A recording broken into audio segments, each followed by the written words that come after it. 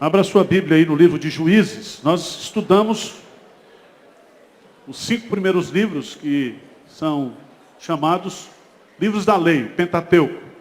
Gênesis, Êxodo,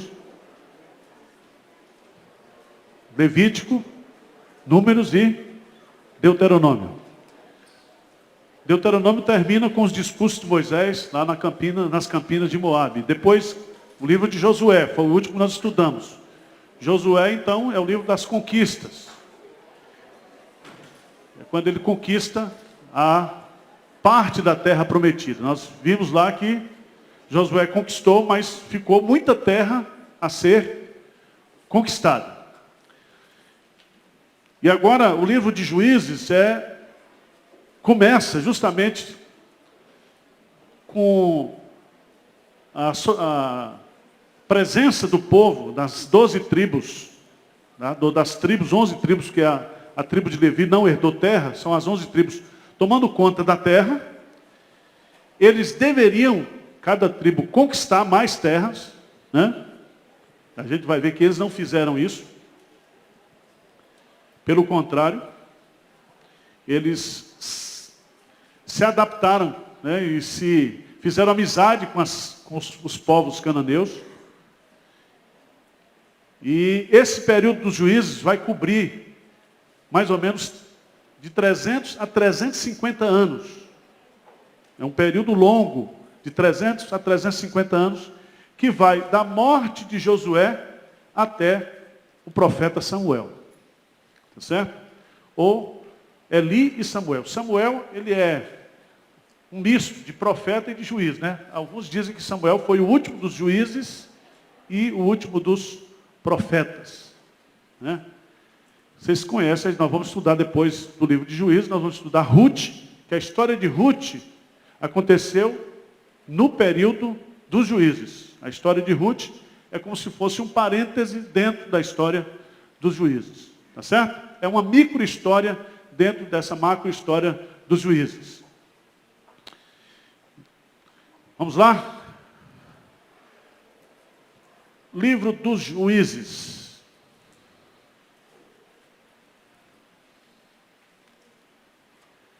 Primeiro, porque esse nome, Juízes, né? Por que esse nome Juízes? Porque foi o próprio Deus que deu esse nome, né?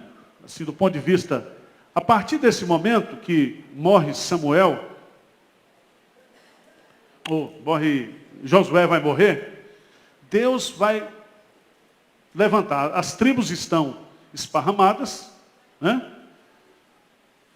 na terra, e Deus, então, ele se estabelece como rei de Israel. Então, é uma espécie de teocracia. Deus é o rei. Certo? Só que o que acontece é que o povo, então, vai viver um momento difícil, porque começa a haver uma anarquia entre o povo. O povo se afasta de Deus. O povo começa a ser influenciado pelo paganismo dos cananeus, que eles não destruíram. O povo se afasta de Deus, e então vai acontecer um ciclo, né, que vai se repetir variadamente, repetitivamente, que nós vamos ler aqui no capítulo 2. E vocês vão entender o que vai acontecer aqui. Então, os juízes são libertadores que Deus vai enviar para o povo e que vai reinar durante um período. Tem juízes tem juiz que ficou 80 anos, tem juiz que ficou 40 anos, tem juiz que ficou 6 meses, né? Nós vamos ver aqui as figuras dos juízes, ok? Provavelmente, esse livro de Juízes, ele foi escrito por Samuel. Ele tem 21 capítulos. Então você pode traçar aí 21 capítulos. O capítulo-chave dele é o capítulo 2. O capítulo-chave é o capítulo 2. Se você quer fazer, por exemplo, uma divisão lógica do livro, você anota aí, do capítulo 1 ao capítulo 2, desobediência. Do capítulo 3 ao capítulo 17, disciplina. Do capítulo 18 ao capítulo 21, a palavra-chave é desordem. Então de 1 a 2, desobediência. De 3 a 17, disciplina. De 18 a 21, desordem. Vamos dar uma lida aí no capítulo 2. Quero chamar a sua atenção para o capítulo 2. Vamos ler esse capítulo, que é um capítulo chave para você entender todo esse período. Capítulo 2.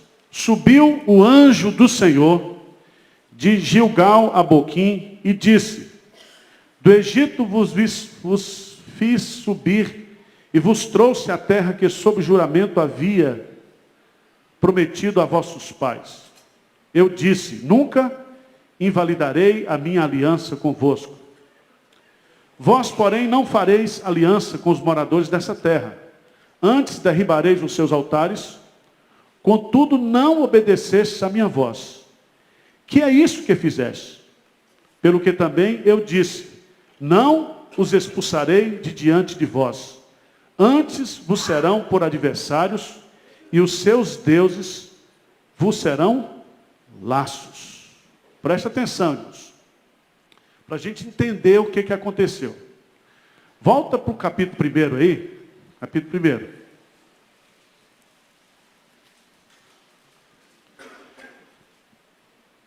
Versículo 1.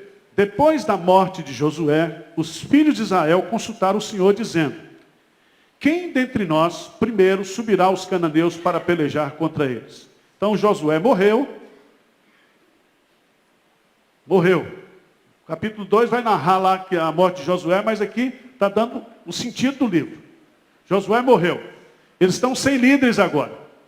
Então eles vão consultar a Deus quem é que vai, qual é a tribo que vai primeiro partir para conquistar a terra. Porque tinha muita terra para conquistar.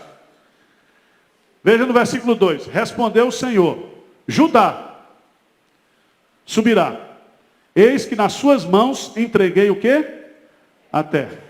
Disse, pois, Judá a Simeão, seu irmão: sobe comigo a herança que me caiu por sorte. E pelejemos contra os cananeus, e também eu subirei contra a tua, que te caiu por sorte. E Simeão partiu com ele. Lembra que antes de Josué morrer, ele fez o sorteio, e cada tribo ganhou a sua parte, e ganhou aquela parte que iria também o quê? Conquistar. Então, Judá, porque você sabe que Jesus vem da tribo de Judá. Qual era o símbolo de Judá? Leão. Era a tribo mais forte. Chama Simeão, me ajuda aqui, que nós vamos ganhar aqui, depois eu ajudo você lá. Tá certo? A parceria entre as tribos.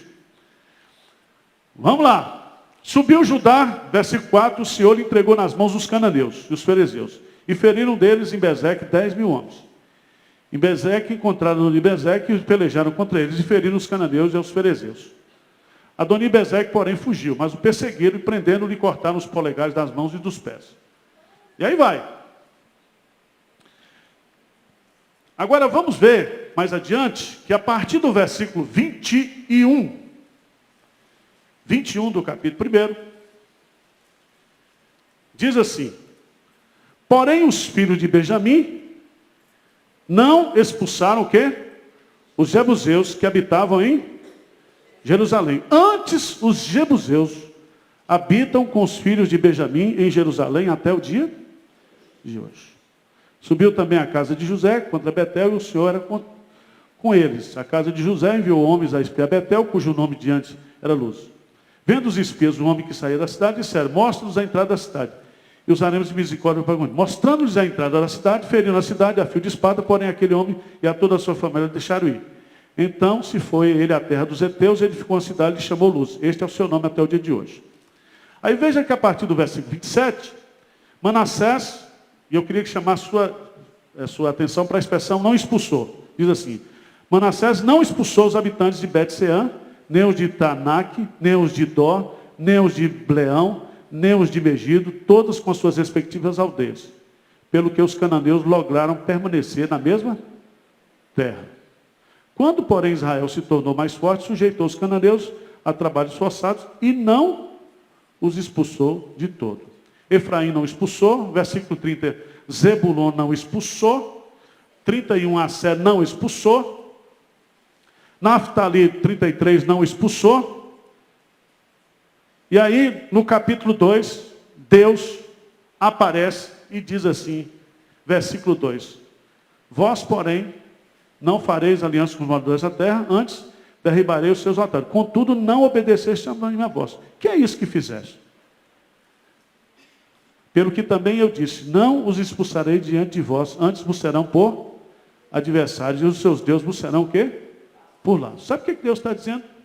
Aqui diz o seguinte: eu tenho ele na mão de vocês, para vocês expulsarem e para vocês viverem. Como vocês não fizeram isso, vocês vão conviver com isso até o fim agora. Você já pensou isso? Então é o seguinte, quando a gente não faz aquilo que Deus manda, a gente acaba colhendo as consequências do nosso pecado. E agora, sabe o que vai acontecer? Você vai ter que morar e dormir com o inimigo. E essa é a história dos juízes. A história dos juízes é isso aí. Aí você vai entender essa história de 350 anos. Aí veja, no verso 4 do capítulo 2, sucedeu que falando o anjo do Senhor. E quem é esse anjo do Senhor no Antigo Testamento? É Jesus. É uma cristofania. Diz o quê? Que todo o povo, veja capítulo 4, sucedeu, vamos ler juntos aí? Sucedeu, 2:4, que falando o anjo do Senhor essas palavras, a todos os filhos de Israel, levantou o povo a sua voz e chorou. Daí chamaram a este lugar Boquim e sacrificaram ali ao Senhor. Esse lugar chamou até hoje choradores. Boquim é choradores. Ou chorões, né? Chorou, mas não mudou. É igual o crente. Chora, mas não muda. Chorou, mas não mudou. Continuou. Aí vem, e precisa entender.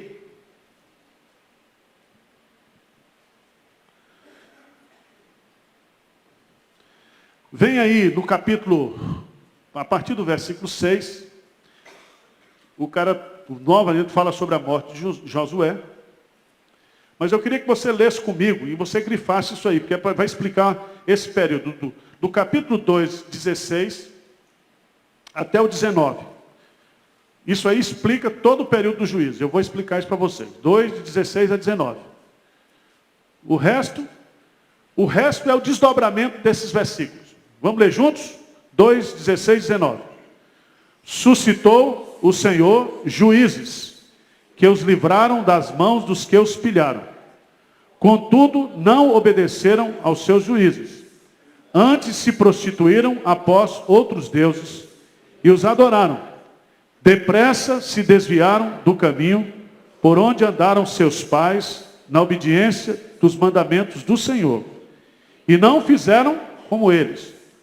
Quando o Senhor lhe suscitava juízes, o Senhor era com o juiz e os livrava das mãos dos seus inimigos, todos os dias daquele juízo. Porquanto o Senhor se compadecia deles ante os seus gemidos, por causa dos que os apertavam e o oprimiam. Sucedia, porém, que falecendo o juiz, reincidiam e se tornavam piores do que seus pais, seguindo após outros deuses, servindo e adorando eles. Nada deixavam das suas obras, nem da obstinação dos seus caminhos. Presta atenção. Aqui nós temos um ciclo. Qual é o ciclo? Primeiro, o povo pecava, o povo se envolvia com o paganismo das nações vizinhas que eles não haviam destruído. Deus, então, o quê? Castigava o povo. Aí o povo se arrependia, clamava a Deus. Aí Deus, na sua misericórdia, mandava um libertador, um juiz. O juiz ia lá e libertava o povo. Enquanto esse juiz vivia, durante 20, 30, 40 anos, o povo então era crente. Depois que o juiz morria, o povo virava tudo descrente. Pecava tudo de novo. voltava o negócio. Então ficava nesse ciclo. Pecava, né? Recebia a disciplina, se convertia, tinha um tempo de paz, pecava de novo. Esse ciclo. Isso durante 350 anos. 350 anos. Agora veja interessante. Qual é o versículo-chave para você entender esse período? Versículo-chave. É o versículo 21.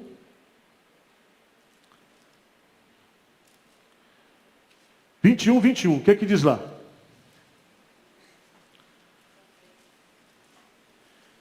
21, 25. O que é que diz? 21, 25. É o versículo-chave desse período. Naqueles dias não havia rei e cada um. Juízes 17, 6. O que é que diz lá? Juízes 17, 6.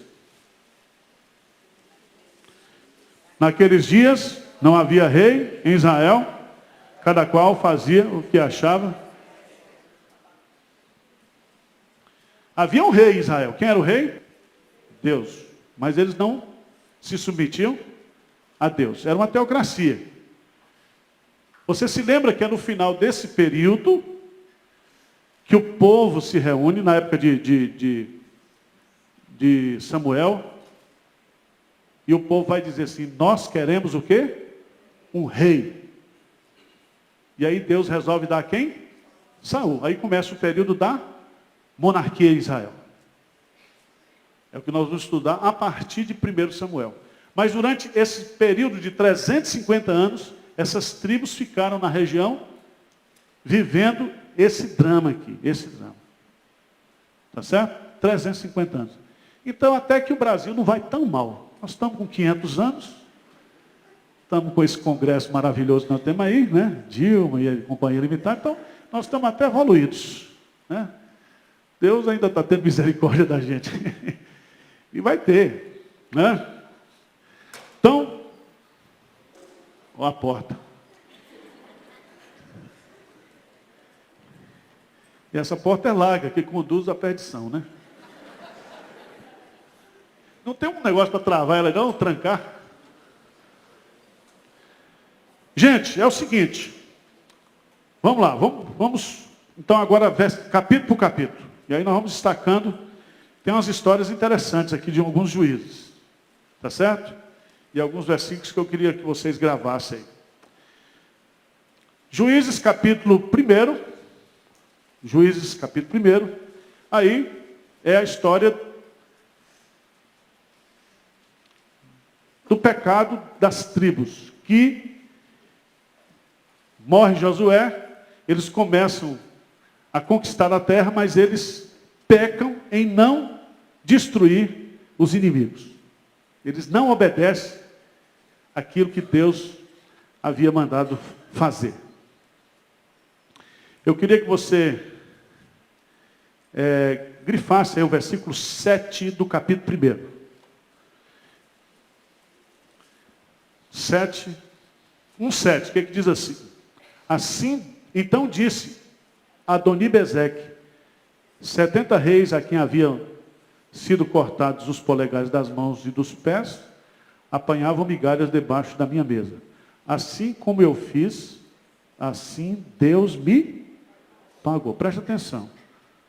Aqui se faz, aqui se paga. Tem um versículo na Bíblia que diz que o nosso Deus é o Deus que paga. Então toma cuidado com o que você faz, tá? Ele fez com 70 reis, humilhou, cortou o polegar. Agora fizeram a mesma coisa com ele. E aí ele reconhece que assim o que ele fez com os outros, Deus agora fez o quê? Com ele. Tá certo? Então, o que você está fazendo com seu pai e sua mãe hoje, pode deixar que seus filhos vão fazer com você. Lembra daquela história do couro, do filho que botou o pai para fora com a nora? A história do couro sertanejo. Cuidado com esse negócio aí. Então, não é praga de pastor não, está na Bíblia, tá vendo? Então, grife esse versículo aí que é muito bom.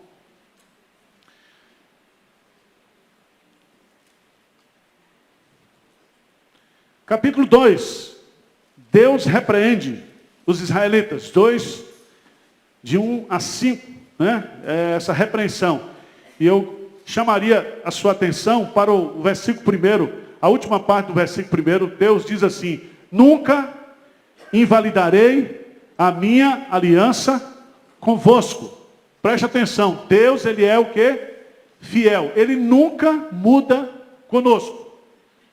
E lá em 2 Timóteo 2, ele diz assim: ainda que nós sejamos infiéis, ele permanece o quê? Fiel. Permanece fiel.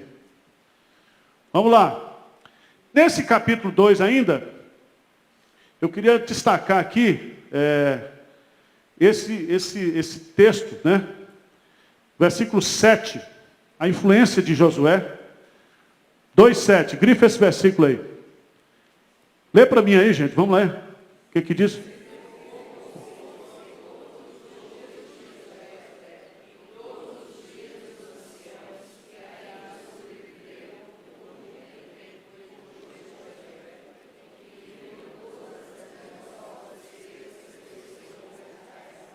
Pronto. Serviu o povo todos os dias de Josué. Então aquela geração, a geração de Josué, né? Aquela geração que nasceu no deserto. Não foi a que morreu. A que morreu não entrou na terra prometida. Mas aquela geração que nasceu no deserto, que teve a influência de Josué, serviu ao Senhor enquanto viveu. Isso é uma coisa muito... Depois que Josué morreu, então, a geração seguinte foi quem realmente se desviou do Senhor. Veja no versículo 23 do capítulo 2. Grife esse versículo aí também. Leia comigo aí.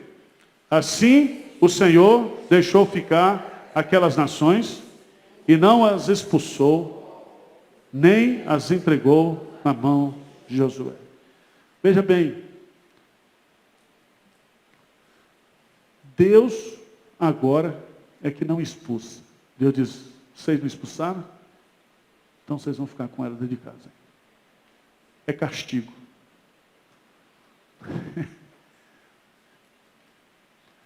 E aí você vai entender, irmãos, uma coisa muito interessante.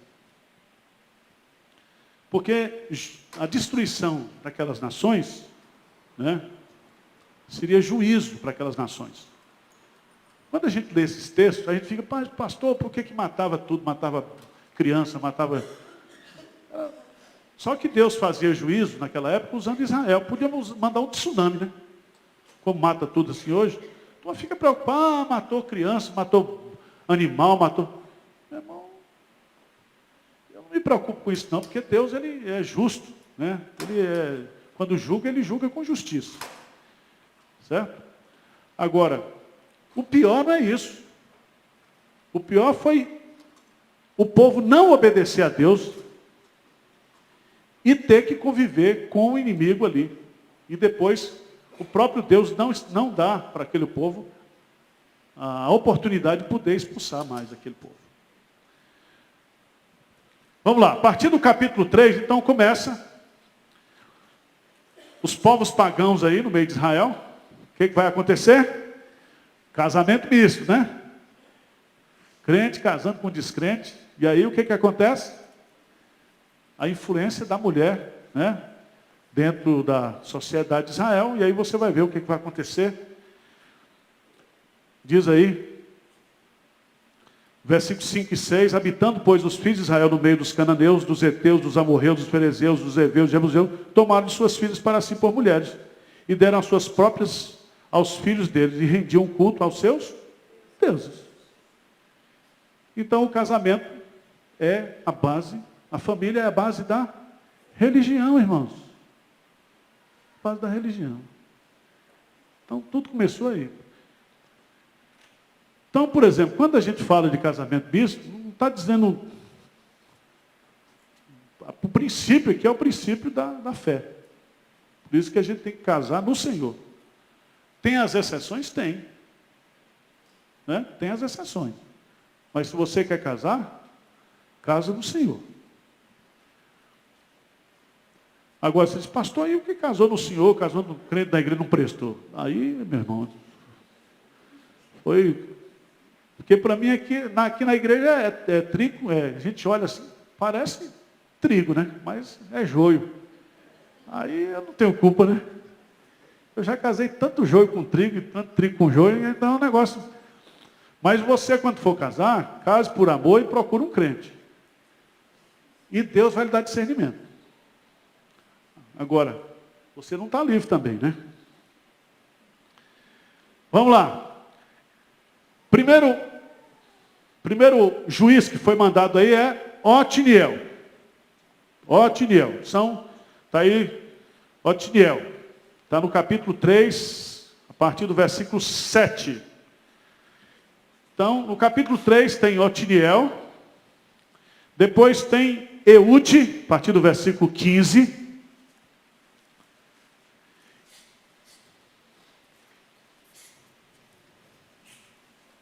Esse Eude é muito interessante. Esse Eude é muito interessante. Tem uma história. Veja a partir do versículo 16. Eles estão sobre a exploração, né, sobre o jugo dos moabitas. Versículo 15. Vamos ver 15. O que diz aí? Então os filhos de Israel clamaram ao Senhor, e o Senhor lhe suscitou o quê? Libertador. Eude, homem canhoto, filho de Gerá, benjamita. Por intermédio dele enviaram os filhos de Israel tributo a Eglon, rei dos moabitas. Eude fez para si um punhal de 2 gumes do comprimento, de um côvado, e cingiu debaixo das suas vestes do lado direito. Levou o tributo a Eglon, rei dos moabitas. Era Eglon um homem gordo. Tendo entregado o tributo, despediu a gente que o trouxeram e saiu com ela. Porém, voltou do ponto em que estavam as imagens de escultura ao pé de Gigal e disse ao rei: tem uma palavra secreta a dizer-te, ó rei. O rei disse: cala-te. Então todos que lhe se assistiam saíram da sua presença. Eude entrou numa sala de verão que o rei tinha só para si, onde estava sentado, e disse: tenho a dizer-te uma palavra de Deus. E Eglon se levantou da cadeira. Então Eude, estendendo a mão esquerda, puxou o seu punhal do lado direito e lhe cravou no ventre. De tal maneira que entrou também o cabo com a lâmina, porque não retirou do ventre. A gordura se fechou sobre ele. E Eude, saindo por um postígo, passou para o vestíbulo, depois de cerrar sobre ele as portas, trancando-as. Isso foi o recado que Deus mandou para o rei gordinho. Veja que tem uns crentes machos, né? Porque, veja bem, os moabitas, né?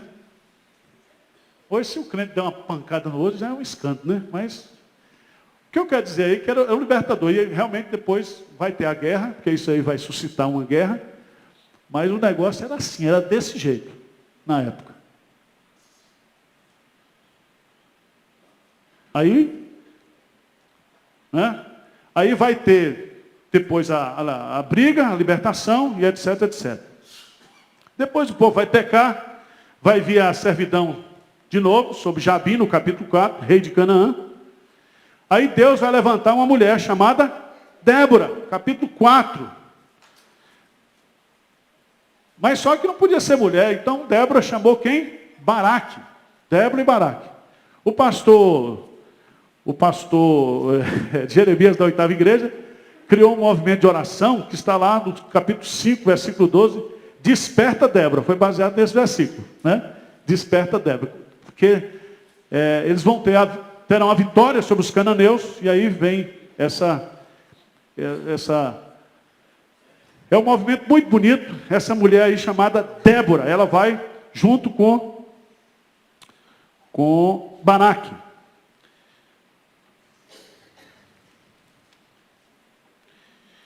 Aqui também tem alguns os versículos aqui. Vocês teriam que ler toda a história. Não dá tempo a gente ler. Capítulo 3, você tem a história de 3 juízes. Otiniel, Eude e Sangá. Capítulo 4 e 5, você tem a história de Débora e Baraque. capítulo 6 e 8, 6 a 8, você tem a história de Gideão. Gideão, essa é uma história muito bonita também. Gideão, ele está sobre a opressão dos midianitas. Veja que começa dizendo o capítulo 6, fizeram os filhos de Israel o que era mal perante o Senhor. Por isso o Senhor os entregou nas mãos dos midianitas por 7 anos. Então, aí vai começar novamente o ciclo. Fizeram mal, Deus manda então o quê? O castigo. 7 anos de castigo. E aí o que é que diz? Prevalecendo o domínio dos midianitas sobre Israel, fizeram esses para si, por causa dos midianitas, as covas que estão nos montes, as cavernas e as fortificações. Porque cada vez que Israel semeava, os midianitas e os amalequitas, como também os povos do Oriente, subiam contra ele. E contra ele se acampavam, destruindo os produtos da terra até a vizinhança de Gaza. E não deixavam Israel sustento algum, nem ovelhas, nem boi, nem jumentos. Agora veja no versículo 7. Tendo os filhos de Israel clamado ao Senhor por causa dos midianitas, o Senhor lhes enviou um profeta que lhes disse: assim diz o Senhor Deus de Israel, eu é que vos fiz subir do Egito e vos tirei da casa da servidão. E vos livrei da mão dos egípcios, da mão de todos quantos vos oprimiam. E os expulsei diante de vós e vos dei a sua terra. E disse: eu sou o Senhor vosso Deus. Não temais os deuses dos amorreus, em cuja terra habitais. Contudo, não deste ouvidos à minha voz. Aí então veio o anjo do Senhor e assentou-se debaixo do carvalho, que está em Ofra, que pertencia a Joás, a bezerrita. E Gideão, seu filho, estava malhando trigo no lagar, para o pôr e sal dos midianitas. Então o anjo do Senhor lhe apareceu e disse: o Senhor é contigo, o quê? Homem valente. Aí Deus vai levantar esse cara que se chama Gideão. Aí Deus chama o cara logo de homem o quê? Valente. Mas esse cara é frouxo. Ele tem complexo de pobreza. Veja aí, vamos no texto para você ver. Respondeu Gideão: ai, Senhor Deus, se o Senhor é conosco, por que nos sobreveio tudo isso? Então já começa acusando Deus. Se o Senhor é conosco, por que nós estamos debaixo do jugo midianita? Se Deus é Deus, por que nós estamos passando isso? Se o Senhor é o Deus da aliança, da promessa, que nos tirou da terra, por que nós estamos acontecendo isso? Está acontecendo isso porque vocês o quê? Não obedeceram. E aí o que acontece? Então se virou o Senhor para ele e disse: vai nessa tua força e livre Israel da mão dos midianitas. Porventura não te enviei eu, versículo 14? Aí o que ele diz, versículo 15? Ai, Senhor meu, como que livrarei Israel? Eis que a minha família é mais pobre em Manassés, e eu o menor da casa de meu pai. Então, complexo de pobreza e complexo de tamanho. Porque pior do que ser pobre é ser baixinho, né? Então o cara disse: Deus está dizendo, vai tirar o povo, vou resolver seu problema. O cara então vai lamentar diante de Deus. E esse cara é teimoso pra caramba. Aqui vai ter a história. O que ele vai fazer? Ele vai lá e diz: Senhor, não estou muito certo não. Depois Deus ainda vai fazer uns milagres aqui na adiante. Ele vai destruir o altar, né? Mas lá no capítulo 6, adiante, versículo 36, disse Gideão a Deus: se has de livrar Israel por intermédio, como disseste, eis que porém uma porção de lã na eira. Se o orvalho estiver somente nela e seca a terra ao redor, então conhecereis que has de livrar Israel por meu intermédio, como disseste. Mas vai o cara ainda provar Deus. Botou um negócio do algodão, se estiver seco ao redor, é verdade. Depois ele ainda não fica satisfeito, coloca o algodão se estiver molhado. E Deus faz tudo que ele pediu. Está aí no texto, né? É só vocês depois lerem. Aí o que acontece? A partir do capítulo 7, então Jerubal, que é o nome de Gideão, levantou de madrugada e todo o povo que com ele estava se acamparam junto de Herodes, de maneira que o arraial dos midianitas ficava para o norte, no vale, de fronte do outeiro humano. Disse Gideão: é demais o povo que está contigo. Demais.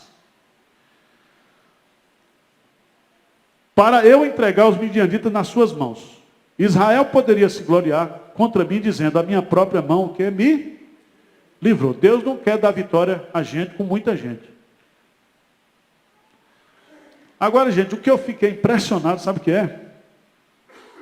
Versículo 3. Apregou, pois, aos ouvidos do povo, dizendo: quem for tímido e medroso, volte e retire-se. Veja quantos voltaram aí. Então, voltaram do povo, 22 mil. 22 mil de covarde e de medroso. É muita gente. Se botar aqui a proporção aqui em Pinheiros, hein? Você está em que grupo aqui? Pelo amor de Deus. 22 mil já. Né? Aí o que é que ficou? 10 mil. Aí foi fazer o teste do cachorro para beber água. Vamos ver lá mais embaixo, né? Aí fez Gideão descer os homens, versículo 5. Então, para lamber a água com a língua, como faz o cão. Não pode ser como cão. O cara chegou lá, jogou dentro da água, bebendo como cão. Não é assim, gente. Tinha que chegar lá, ajoelhar, pegar água, assim, ó. Assim. Foi assim, tá. Né? Aqui a gente tem uma lição muito interessante. É que talvez você não perceba na vida, mas você está sendo observado. Né? Tem gente que quer investir em você, tem gente que está lhe observando. E às vezes ele não perde chance na vida por causa disso. Né? Esses caras aqui foram lá e caíram de boca na água. E não era para ser assim. Sobraram quantos, gente? 300 homens. E todo o restante do povo se abaixou de joelhos a beber água. Versículo 7, irmãos. Vamos lá? Vamos ler juntos? Então disse o Senhor a Gideão: com estes 300 homens que lamberam a água, eu vos livrarei, e entregarei os midianitas nas tuas mãos, pelo que a outra gente toda que se retire, cada um para o seu lugar. Quais são as lições que a gente tira desse versículo aqui? Ajuda aí, gente. Qual a lição que você tira aí? Com essa frase de Deus aí. Que nós temos que ter os 300 gideões aqui na igreja, feita a renascer, é isso? A campanha dos 300 gideões? Hein?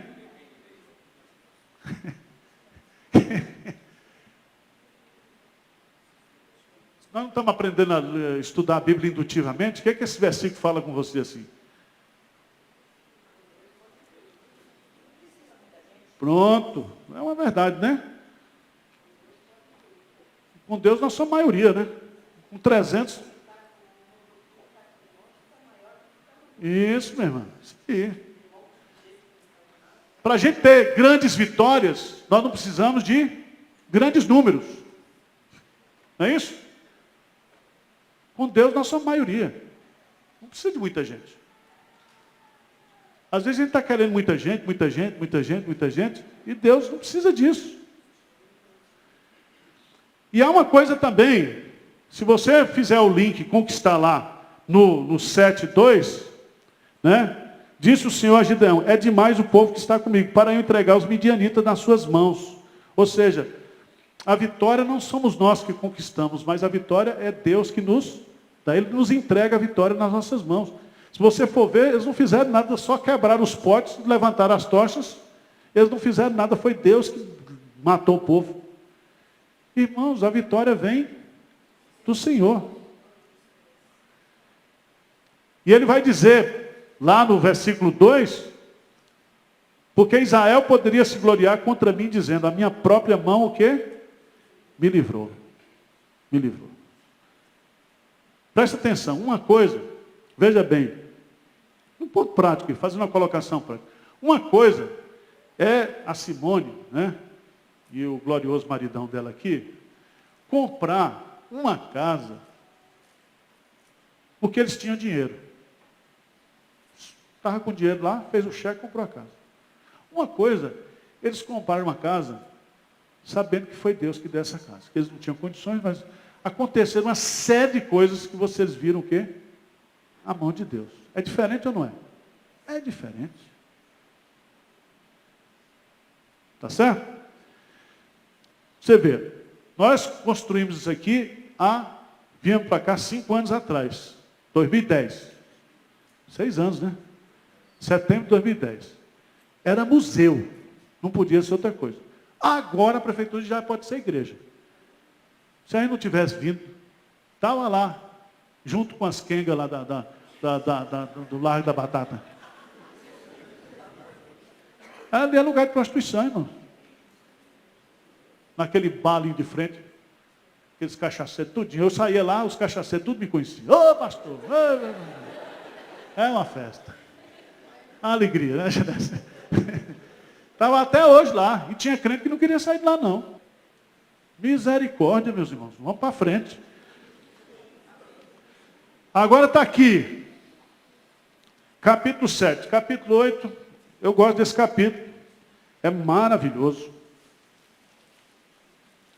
Porque Gideão vai ter a vitória no capítulo 8. 22. Grife esse versículo aqui.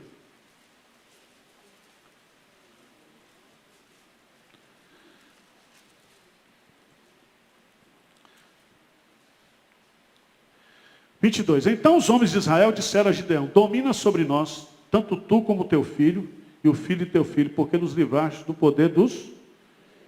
Porém Gideão lhes disse: não dominarei sobre vós, nem tampouco meu filho dominará sobre vós. O Senhor vos o quê? Dominará. Gideão é um grande homem. Ele está dizendo: eu não quero ser rei, o rei de vocês, o nosso rei é o Senhor. Porque tem gente que porque teve uma vitóriazinha, Deus deu uma vitória, o cara acha que ele é o quê agora? O rei. Aí depois, no capítulo 9, vai ter um apólogo de Jotão. E o Jotão vai justamente contar isso, porque Abimeleque, um caba safado que aparece na história aí, chama Abimeleque, ele mata Jotão. E se declara como rei.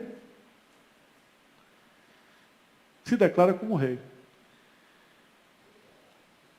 E aí ele vai fazer esse apólogo, veja aí no versículo 8, diz assim: foram certa vez as árvores ungir para si um rei, e disseram à oliveira: reina sobre nós. 9 e 8. Porém a oliveira lhe respondeu: deixaria eu o meu óleo, que Deus e os homens em mim prezam, e iria pairar sobre as árvores? Então disseram as árvores à figueira: vem tu, reina sobre nós. Porém a figueira lhes respondeu: deixaria eu a minha doçura, e o meu bom fruto iria parar sobre as árvores? Então disseram as árvores à videira: vem tu, reina sobre nós. Porém a videira lhes respondeu: deixaria eu o meu vinho, que agrada a Deus e aos homens, iria pairar sobre as árvores? Veja bem, todas essas três árvores aqui se referem a quem? A Gideão. Gideão. Ele está dizendo: eu sou útil a Deus, eu tenho a minha produtividade, eu não vou largar isso. Deus me fez para isso. Aí, o que as árvores fizeram? Veja lá, as árvores representam aqui o povo de Israel. Então, todas as árvores disseram ao espinheiro, que é Abimeleque: vem tu e reina. Respondeu o espinheiro às árvores: se deveras me ungir rei sobre vós, vinde e refugiai-vos debaixo de minha sombra, mas se não, saia do espinheiro fogo e consuma o cedro do livro. E aí vai. Agora, irmãos, o Spurgeon tem um sermão belíssimo sobre Gideão, onde ele explora essa frase aqui, ó. Porém a oliveira, versículo 9, respondeu: deixaria eu o meu óleo, que Deus e os homens em mim prezam, e iria pairar sobre as árvores? Presta atenção. Não vale a pena você renunciar aquilo que é a sua vida espiritual, aquilo que é bênção de Deus na sua vida, por coisas materiais, por prazeres dessa vida. Não vale a pena, por causa de dinheiro, por causa de trabalho, por causa de posição, por causa de status, você prejudicar o seu relacionamento com Deus. Deixaria eu o meu óleo, que Deus e os homens em mim prezam, e iria pairar sobre as árvores? Ou seja, você está disposto a renunciar à sua vida espiritual, abrir mão daquilo que dá prazer a Deus, e é benéfico para os homens.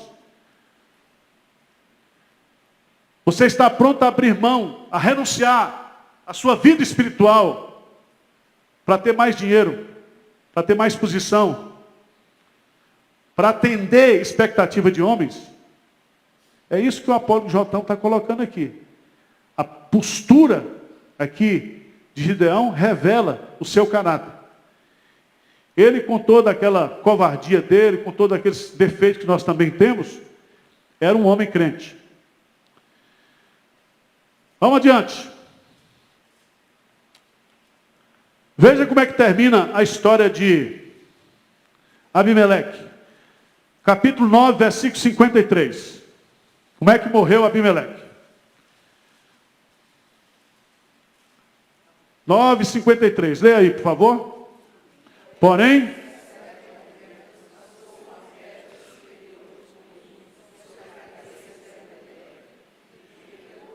pronto. Doeu aí a cabeça? Foi uma pedra de moinho, tá? O cara morreu e aí tem a história, o fim, né? Capítulo 10. Tola e Jair, juízes dos israelitas. Depois de Abimeleque, se levantou para livrar Israel.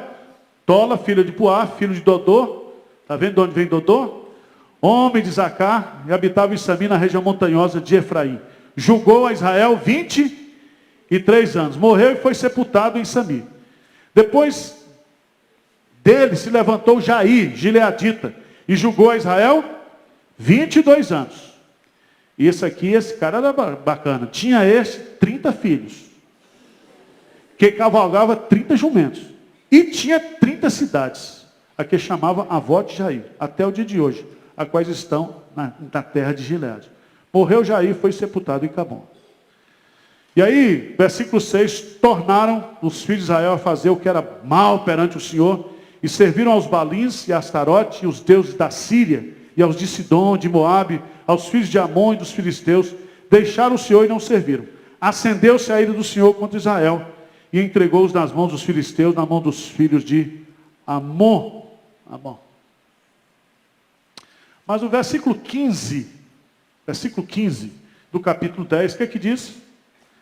Mas os filhos de Israel disseram ao Senhor: temos pecado, fazemos tudo quanto te parecer bem, porém, livra-nos ainda, esta vez, de ti.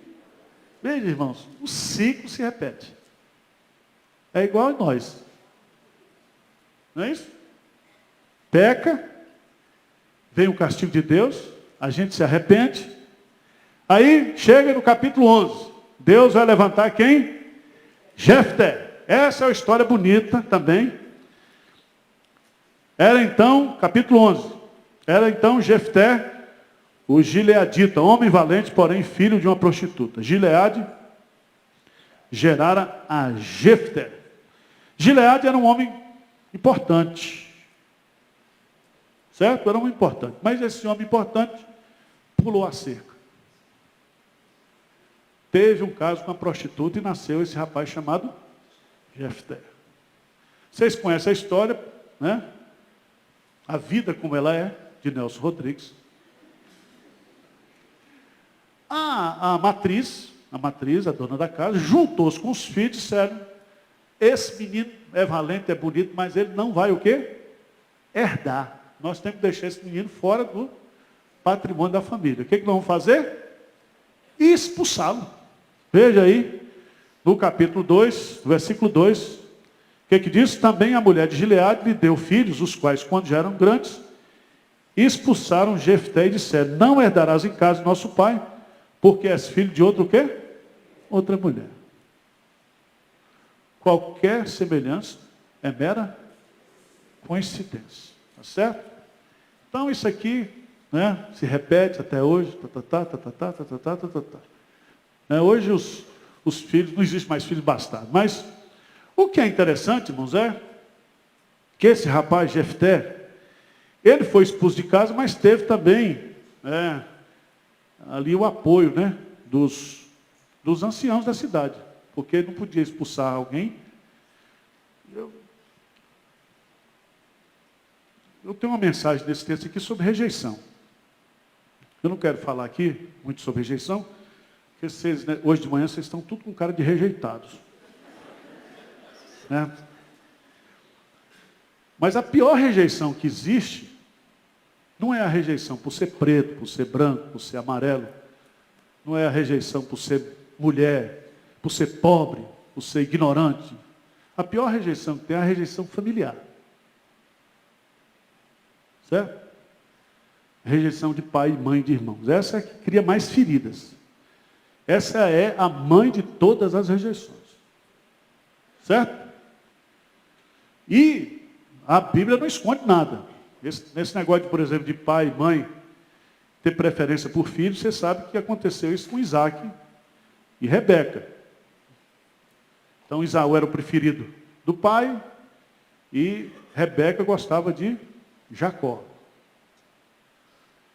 E isso trouxe problemas dentro de casa. Esse rapaz aqui, ele, Jefté, ele não teve culpa. O pai dele, Gileade, ele era filho de uma prostituta. E o menino tem culpa? Se o pai pulou a cerca e tal, vai lá. E o texto põe aí, Jefté, o Gileade, homem valente, porém filho de uma prostituta. Hoje, se você chamar o cara de filho de uma prostituta, ele sai na mão com você. Mas a Bíblia põe aqui, filho de uma prostituta. Foi expulso de casa. Aí veja no versículo 3 as consequências que esteve. Fugiu da presença de seus irmãos e habitou na terra de Tobi. E homens levianos se ajuntaram com ele. E com ele o quê? Saíam. Aqui tem três coisas, consequências seríssimas da rejeição. Primeiro, se isolou. Né? Se isolou. De todo mundo. Aí ele vai morar no deserto. No pior lugar que existia, que era o deserto de Tobi. Depois, ele monta uma gangue. Veja aí no texto, diz assim, homens levianos se ajuntaram com ele. E com ele o quê? Saiu. Foi fazer parte da torcida organizada do Corinthians. Com certeza. Revoltados. Quebrando tudo, matando e tudo. Porque se você for falar estudo desse problema que você tem aí na adolescência, na juventude, esse pessoal que mata, que agride, que tudo é problema de afetividade familiar. Não tem outro caminho. Não tem outra explicação. E não adianta esse negócio de dizer que a afetividade, tem afetividade que é importante de pai e tem afetividade de mãe. São afetividades que são diferentes e que precisam, elas se compõem. Tá certo? Um filho precisa da afetividade da mãe, que é diferente da afetividade do pai. A psicologia explica. E Deus fez assim. Então não adianta botar duas mulheres para fazer papel de mãe e pai para uma criança. Não adianta. Isso não é dar amor. Afetividade é diferente. A Bíblia coloca claramente isso. Há um papel exclusivo da mãe. Há uma afetividade que o filho precisa, que a filha precisa, que só a mãe pode dar. A mãe tem uma relação com o filho que é intrauterina. A mãe sabe decodificar o choro do filho. O choro. Sabe ou não sabe, mãe? O choro do filho. O semblante do filho.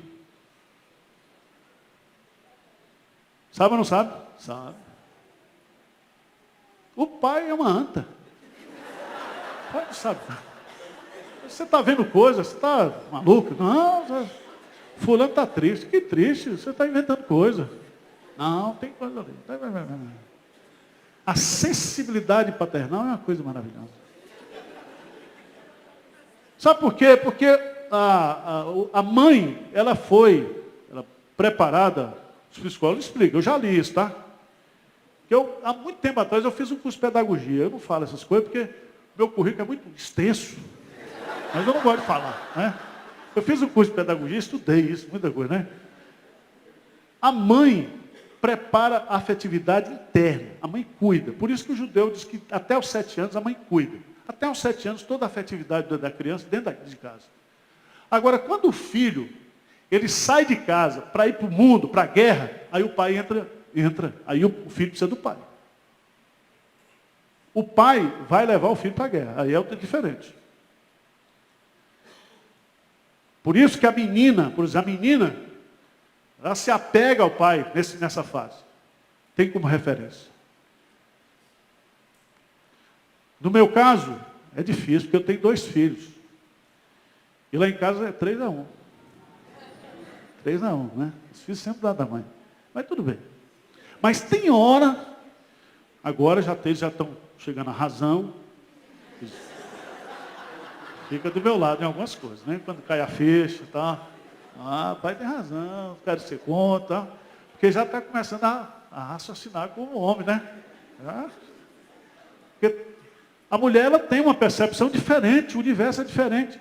E os filhos precisam dessa percepção. Mas tem a hora que ele precisa da percepção, se completa. Entendeu? É difícil. Mas é assim. É assim. Por isso que uma mulher, quando se divorcia, e ela assume o papel de pai e mãe, é difícil para ela. E os filhos dos divórcios, eles nunca serão completos. Pode inventar o que quiser. Estão usando isso aí para justificar a sacanagem, mas não é. Não é. Os filhos dos divórcios, eles são pessoas fragilizadas. Eles vão carregar sempre essa marca. Não adianta. Não adianta. Esse texto aqui é um texto que vai mostrar claramente essa revolta. Esse menino, ele fugiu da presença de seus irmãos. Veja lá adiante. Eita, já está terminando a hora. Hein? Veja no versículo, só terminando isso aqui. Versículo 4. Passado algum tempo, pelejaram os filhos de Amon com Israel. Quando pelejavam, foram os anciãos de Gileade buscar Jefté na terra de Tobi. E disseram a Jefté, vem ser nosso chefe, para que combatamos contra os filhos de Amon. Porém, Jefté disse aos anciãos de Gileade, porventura não me aborreceste a mim, e não me expulsaste da casa de meu pai? Por que, pois, vindes a mim agora, quando estáis em aperto? Responderam os anciãos de Gileade a Jefté, por isso mesmo, tornamos a ti. Vem, pois, conosco e combate conosco os filhos de Amon, e ser nosso chefe sobre todos os moradores de Gileade. Então Jefté perguntou aos anciãos de Gileade, se me tornardes a levar para combater contra os filhos de Amon, e o Senhor nos der a mim, então eu vos serei por cabeça? Responderam os anciãos de Gileade a Jefté, o Senhor será testemunha entre nós, e nos castigará, se não fizermos segundo o quê? A tua palavra. Então Jefté volta, e ele dá a vitória, mas veja que ele carrega dentro de si um negócio que é complicado. Ele diz, eu volto, mas eu volto como o quê? Como cabeça. E é muito perigoso quando você tem uma pessoa na cabeça com problemas de rejeição. É daí que surgem os populistas, né? Os populistas. Como Lula vê? Lula tem um problema de rejeição. Um presidente operário que nunca estudou. E sempre isso vem à tona. Certo? Eu não estou aqui, não é para negócio de partido, não estou fazendo análise psicológica do negócio. Então, é muito perigoso. Muito perigoso. E o cara traz, isso é uma questão que nasce lá no ambiente o quê? Familiar. Qual foi o problema de Absalão? Problema de relacionamento com o pai. Então, irmãos, eu quero só terminar, porque de 13 a 16 tem a história maravilhosa e triste de Sansão, que é um cara que nasceu fruto de oração, que tinha tudo para dar certo, mas um cara também que No final ele restaurou a vida, se tornou. Mas o livro de Juízes é um período muito triste da história de Israel. É um período onde a gente vê e observa. Depois vocês leem, se quiser anotar algumas perguntas, depois a gente vai fazer acho que a gente para depois de 2 Samuel para a gente fazer uma retrospectiva de Gênesis a 2 Samuel. Tá certo? Mas leia em casa, dá uma estudada nisso aí. Qualquer pergunta depois, o pastor Cláudio está aqui para responder. O pastor Cláudio que está se preparando para ir para Nova Zelândia, né, pastor? A família toda aí. A Nova Zelândia vai ser a base, mas você vai trabalhar no Nepal. Então, pastor, faz uma oração por nós aqui, encerrando. Vamos orar. Senhor nosso Deus e Pai, muito obrigado pelo privilégio de estarmos aqui na sua casa, te louvando, te adorando, aprendendo, ó Pai, da sua santa e poderosa palavra. Fala conosco, ó Pai, através dessa mensagem que tivemos hoje, esses momentos difíceis que o Brasil está passando, ó Pai, como foi o tempo dos juízes. Tempo, ó Pai, que o povo desobedeceu ao Senhor e sofreram consequências. Mas como no tempo de Josué, que foram vitórias,